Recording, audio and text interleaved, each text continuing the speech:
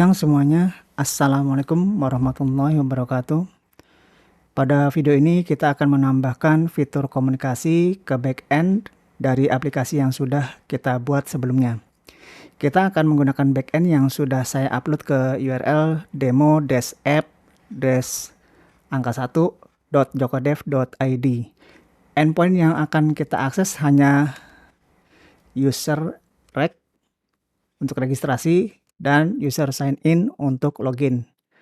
Kedua endpoint itu hanya akan menerima data berupa JSON.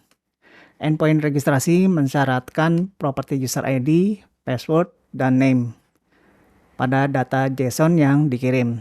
Sedangkan endpoint sign in hanya mensyaratkan properti user ID dan password saja.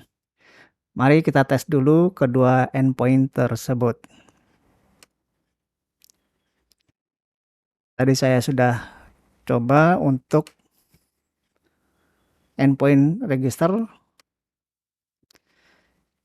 Ini tadi saya sudah registrasi dengan user ID Joko Nugroho.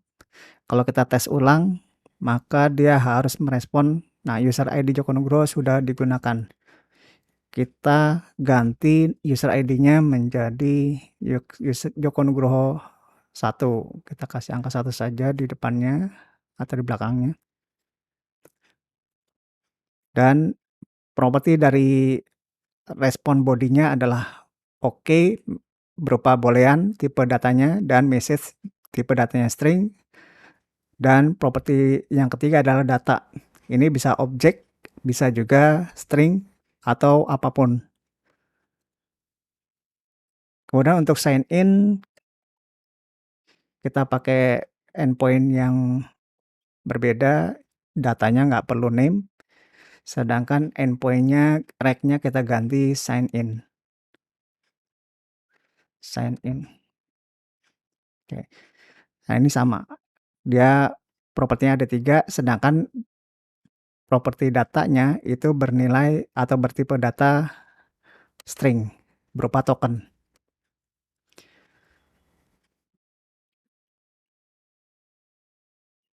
Karena kita menggunakan aplikasi sebelumnya yang pernah kita buat, kita akan meng-clone atau mendownload aplikasi yang sudah saya taruh di GitHub. Kalau pakai Git, kita pakai Git clone. Kalau yang belum punya Git di PC-nya, bisa bisa mengakses langsung URL GitHub ini.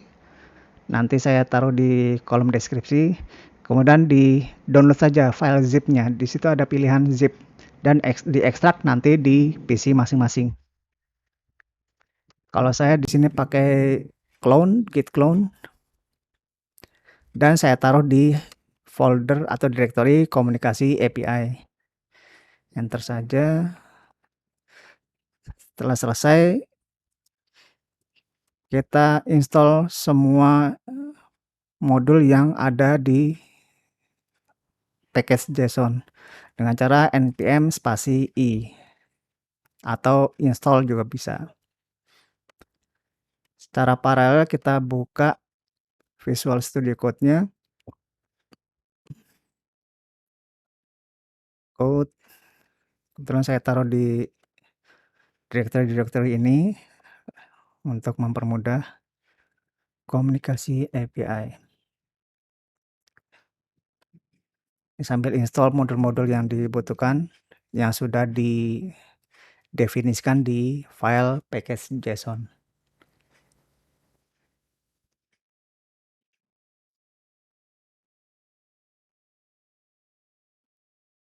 Get start-nya kita tutup dulu. Kita perbesar. src. Kita akan membuat file untuk komunikasi API-nya. Kita sebut saja filenya api.js.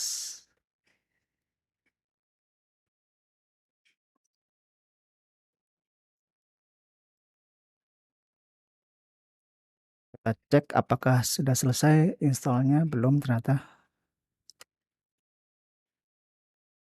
Kita akan butuh sebuah modul yaitu Axios, import Axios from Axios.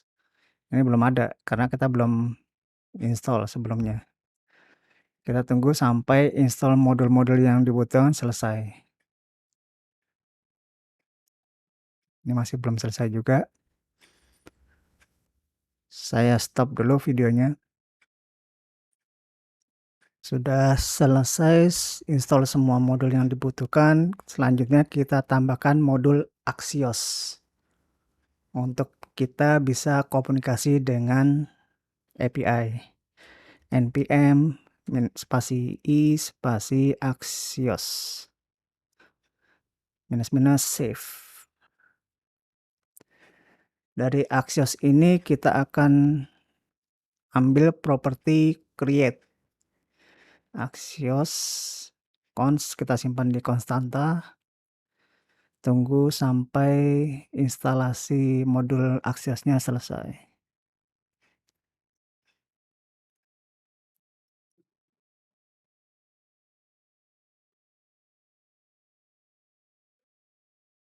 Supaya intelijensinya berjalan atau aktif.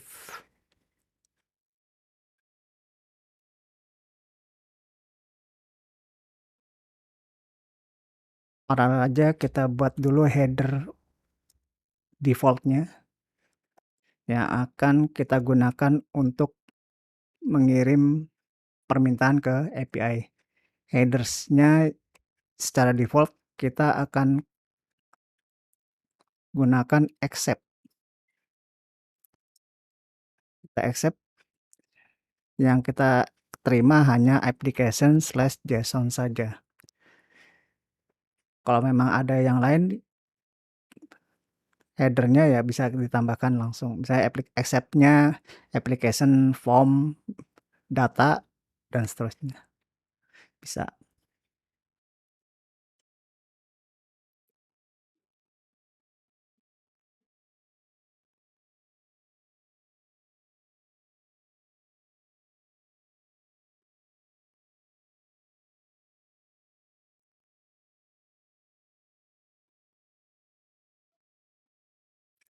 Setelah selesai, kita ambil property create. Nah, kan ada intelijensinya. Kemudian kita buat kita konfigurasi create-nya, masukkan ke dalam variabel API. Ini adalah sebuah function untuk mengkonfigurasi seperti base URL-nya kita pakai https demo app angka 1 jokodev.id, sedangkan headersnya ya headers yang kita definisikan sebelumnya. Kemudian kita akan membuat API metode post, kita ekspor setiap metodenya. API post adalah asynchronous, sedangkan argumennya yang kita butuhkan adalah sebuah string path dan string data. Karena perintahnya hanya satu baris dan berupa return, kita langsung return API, kita pakai await API post, di mana argumennya adalah sebuah URL. Kita pakai path saja karena base URL sudah kita set sebelumnya di atas. Kemudian datanya khusus untuk post kita harus tambahkan headersnya dengan kita kebawahkan property headers ini kita pakai existing headers ditambah dengan content type, (2) application/json. Hanya untuk post, put, patch, kalau get itu nggak perlu ya. Nah, kita buat lagi dan langsung kita export spasi const spasi API get sama dengan asynchronous. Kita cuma butuh path, string path saja, langsung kita return. Seharusnya seperti ini ya. Misalnya const respond await API get path, baru kita return responnya. Dan kita di JavaScript punya kelebihan seperti ini. Jadi kita nggak perlu buat terlalu panjang karena kita cuma satu baris. Kita langsung saja return hasil dari function get API get ini. Kita save, kemudian kita ke file login. Ini bawahnya kita tutup dulu supaya nggak terlalu sempit. Sidebar kita tutup dan terminal kita tutup. Oh, kita ke login dulu aja deh. Ke register. Ke register dulu.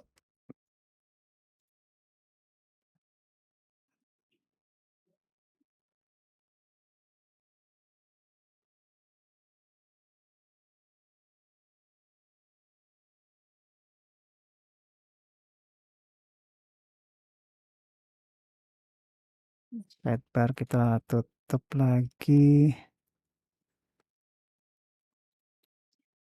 Nah, di sini kan ada nama, user ID, dan password. Sedangkan di API kita butuhnya name. Kita pakai local state dengan useState. Kita simpan di variable name. Untuk functionnya untuk mendefinisikan dengan set name. Sama dengan kita pakai useState dari React. Sedangkan variabel awalnya nilainya adalah empty string. Selanjutnya user ID. Kita copy saja user ID. Functionnya kita ganti juga set user ID. Sama initial value-nya adalah empty string. Kemudian kita butuh password. Kita simpan di variabel password. Sedangkan functionnya adalah set password.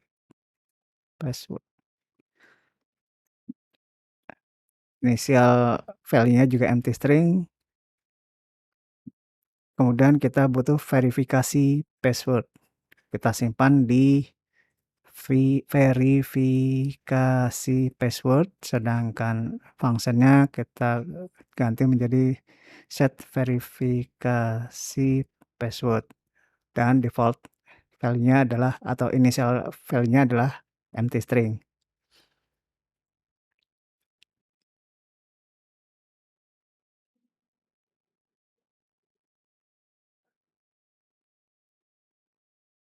Setiap form control ini kita kasih event, kita listen event on change-nya. Nah, dia ada on change ya. On change ini akan mengidentifikasikan objek si form control ini. Form controlnya adalah dia pakai biasanya juga pakai this ya kalau di jQuery itu. Ini ini adalah dan kita gunakan menjadi kita ambil e eee, ini set name dulu ya, function set name, benar nggak sama, karena dia tidak otomatis ini. Set name sedangkan value di dalamnya adalah titik target. Nah, dia ada interlensinya, dot value. Untuk menghindari spasi masuk juga kita trim, dot trim. Jadi setiap string itu bisa dimasukkan function trim. Apakah sudah pas?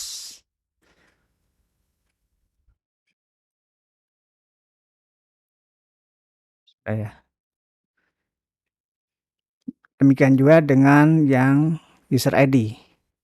Kita copy aja. Ininya function kita ganti set user ID. Ya, sudah. Sama yang password juga. Oh, ini belum dikasih tipe password. Ini adalah set password. Dan yang verifikasi ini tabnya juga belum dikasih password. On change-nya kita set verifikasi password. Dan untuk button registrasi kita pakai event on click. Dia tidak submit ya. On click kita pakai function handle button. Ini kita belum buat, makanya dia berwarna merah. Kita buat di atas const handle button asynchronous. Sebelum kita masuk ke bawah, kita cek dulu setiap input dari user. If name identik dengan empty string atau user ID identik dengan empty string atau password identik dengan empty string, maka kita harus return. Tapi kita akan mengirim pesan bahwa ini harus diulangi. Kita pakai komponen alert dari React Bootstrap. Kita taruh di bawah informasi sudah registrasi, kita pakai komponen alert. Alert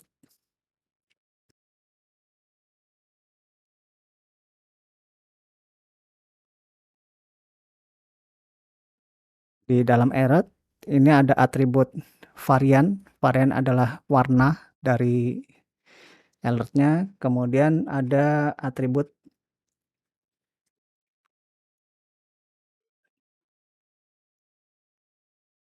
kita kasih kelas juga, kelas name.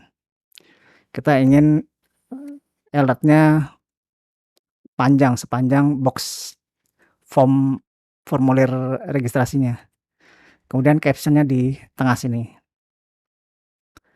Untuk alert kita buatkan state juga. Ini verifikasi passwordnya nanti. Jadi const alert state set alert functionnya kita simpan sebagai state initial value-nya adalah varian. Variannya adalah warning. Ini bisa warning, bisa sukses, bisa danger. Dan labelnya empty string. Jadi ketika kita menghandle button ini ada yang empty, maka kita kasih alert, set alert. Variannya warning dan labelnya mohon lengkapi isian.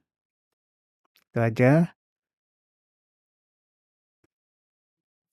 Nah, ini alert state ya, bukan state.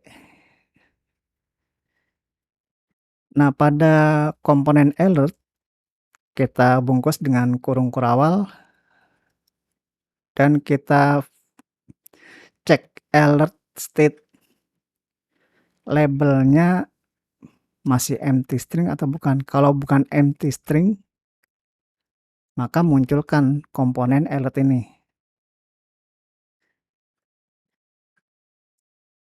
Ini kita pakai labelnya pakai alert state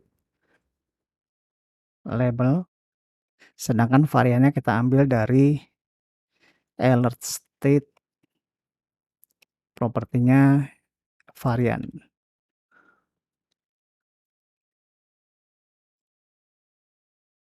Save. Jika semuanya sudah diisi, dia akan lanjut ke baris berikutnya. Nah, di baris berikut kita cek apakah verifikasi password dan password itu tidak identik. Kalau tidak identik, maka sama kita kasih alert juga dan kita return functionnya.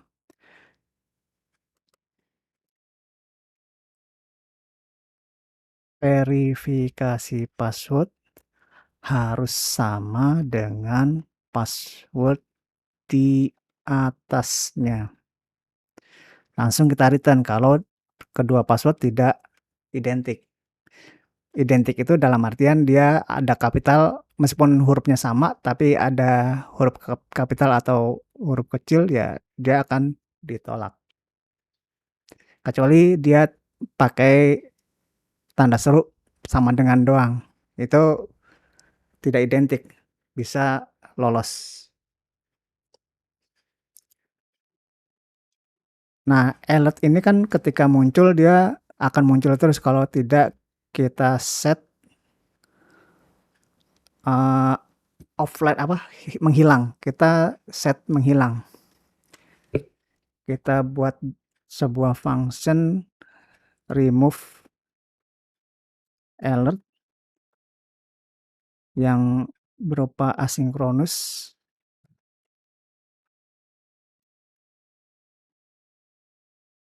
Kita tunggu dengan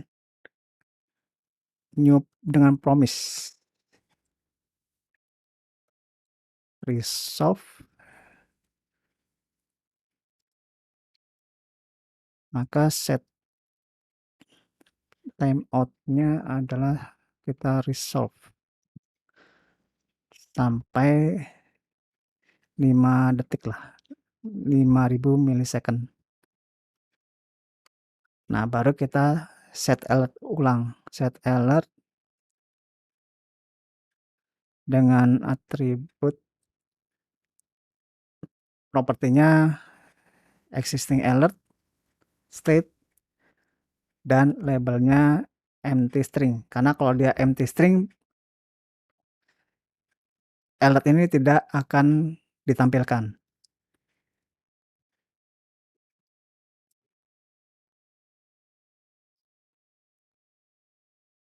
Remove alert itu kita trigger di bawah, cek apakah alert state labelnya tidak empty, maka kita trigger remove alertnya.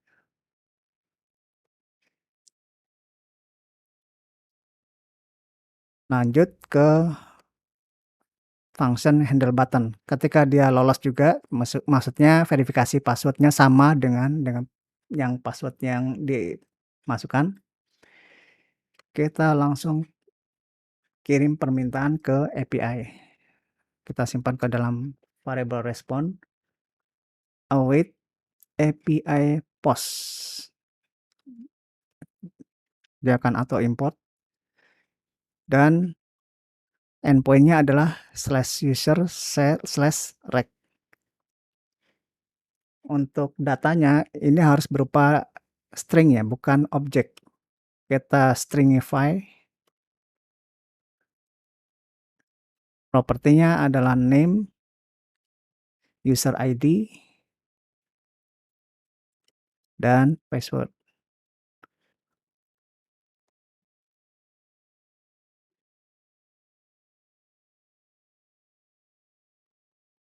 Kita cek dulu responnya. Jika respon memiliki properti status yang tipe datanya adalah number dan respon status identik dengan angka 200 artinya oke, dan eee, s dan terdapat properti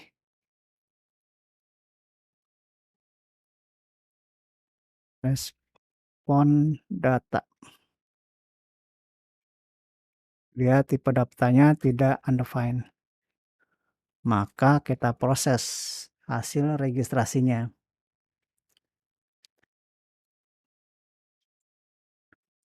dan kita pecah respon datanya karena kita tadi sudah tahu bahwa dia datanya terdiri dari oke, message, dan data juga. Ini boolean, oke-nya, message-nya string, datanya any.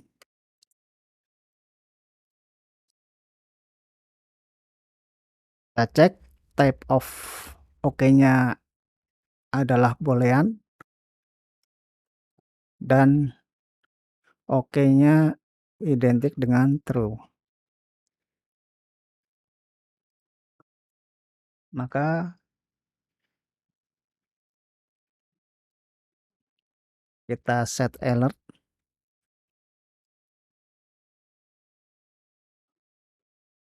variannya adalah sukses, sedangkan labelnya berhasil registrasi. Kita akan redirect dari register ini ke halaman login. Kita pakai use navigation, kita simpan ke dalam variabel navigate, use navigate. Ini pakai React Router DOM. Kita pakai di bawah, kita tunggu dulu dia pakai await, new promise juga.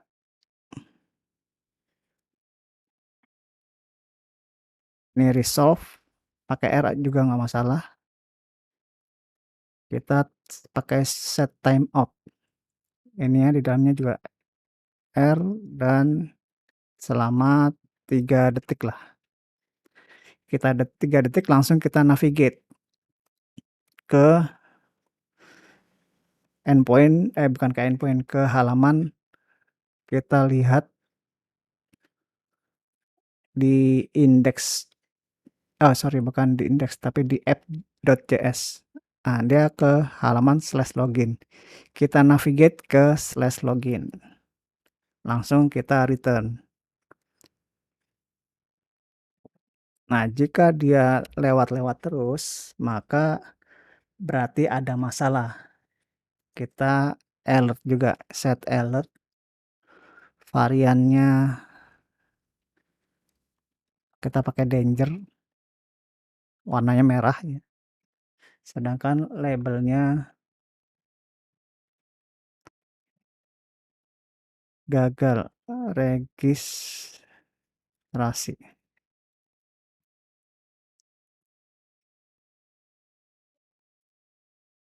Jika sudah semuanya kita jalankan, coba npm start.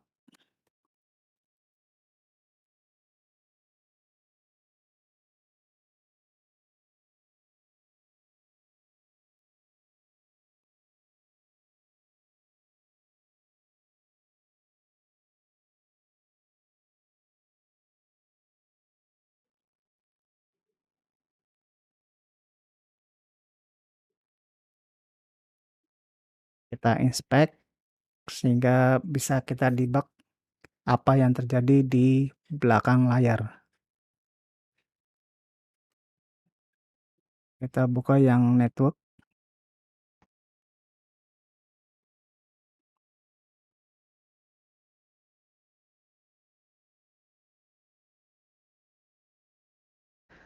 Dan ini sudah terbuka, kita klik yang register. Namanya silakan diisi masing-masing. Kemudian saya menggunakan Joko Nuger 2. Kemudian passwordnya rahasia, rahasia. Klik registrasi. Nah, ini ada notifikasi berhasil registrasi dan langsung di redirect ke halaman login. Kalau kita cek di network, ini dia responnya seperti ini datanya. Ada user ID sama dengan yang kita tes tadi dengan dari terminal dengan curl.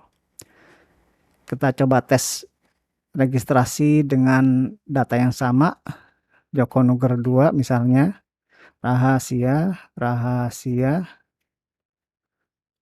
Nah, dia gagal registrasi. Kalau di sini kita lihat pesannya ada di data.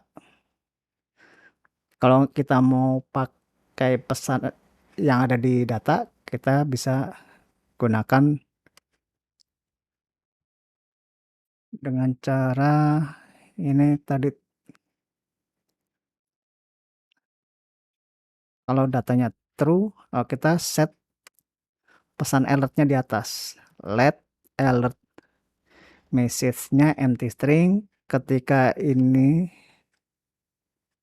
kita cek if type of data identik dengan string, maka alert message-nya adalah data. Dan ini kita masukkan ke dalam alert sini, alert message. Kita buat defaultnya aja gagal registrasi. Kita save. Coba kita compiling dulu dia. Kita lihat browsernya.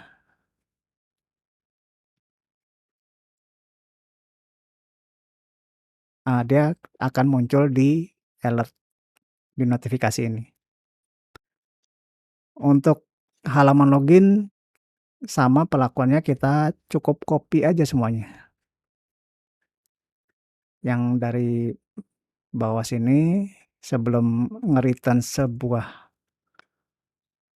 komponen.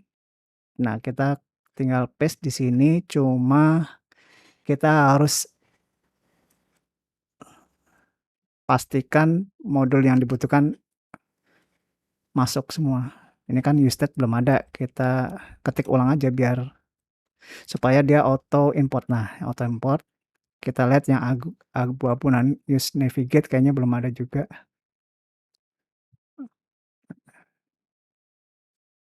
Use navigate ada, udah. Kemudian apalagi yang belum masuk? Epipost juga belum kelihatannya. Epipost, enter, kemudian sudah semua. Dan komponen alertnya juga bisa copy, kita salin dari registrasi. Ditaruh di bawah pesan belum registrasi. Sudah semua, yang belum adalah event on change-nya. Kita harus taruh di sini sebagai atribut. Ini bukan set name ya. Ini user ID, kita set user ID. Begitu juga dengan password. Passwordnya belum kita kasih type password. Dan argumen on change-nya ini adalah set password.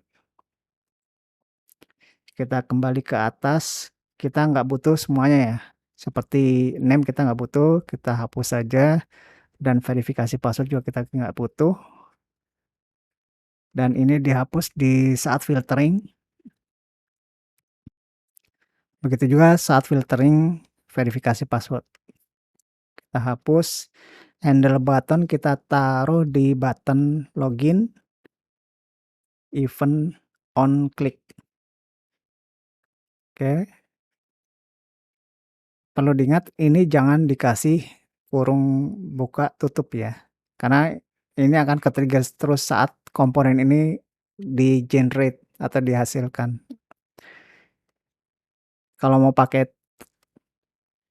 misalnya kita harus melewati argumen tertentu, kita bisa pakai di depan. Kasih kurung buka, kurung tutup, pakai arrow seperti ini. Ya, kalau ini nggak masalah. Kalau tidak ada argumennya, kita cukup kasih nama functionnya saja. Dan endpointnya kita rubah menjadi user/sign-in. Ini kita kasih gagal login, berhasil login, sedangkan data di sini adalah sebuah token. Token itu akan kita ini navigate-nya ke root atau ke halaman depan. Kita simpan tokennya sebagai token dengan menggunakan local storage. Ini built-in function yang ada di JavaScript ya. Yang ada di browser. Key-nya adalah token, sedangkan value-nya adalah data, ini data token. Nanti akan kita gunakan untuk melakukan permintaan API ke server dengan menggunakan header token ini. Kalau sudah semua, kita cek ulang, kita save, dia compiling terlebih dulu. Ada yang masalah, oh alert-nya belum di import komponennya. Sudah, kita coba save ulang. Lihat terminal compiling masih. Unexpected name di baris ke-22. Baris ke-22 sini, oh ini dia nggak perlu name, dia hanya user ID dan password saja. Save lagi, compiling lagi, dan no error, hanya warning saja. Kita login, kita pakai username yang sudah kita buat sebelumnya, rahasia. Apa yang terjadi? Sign in-nya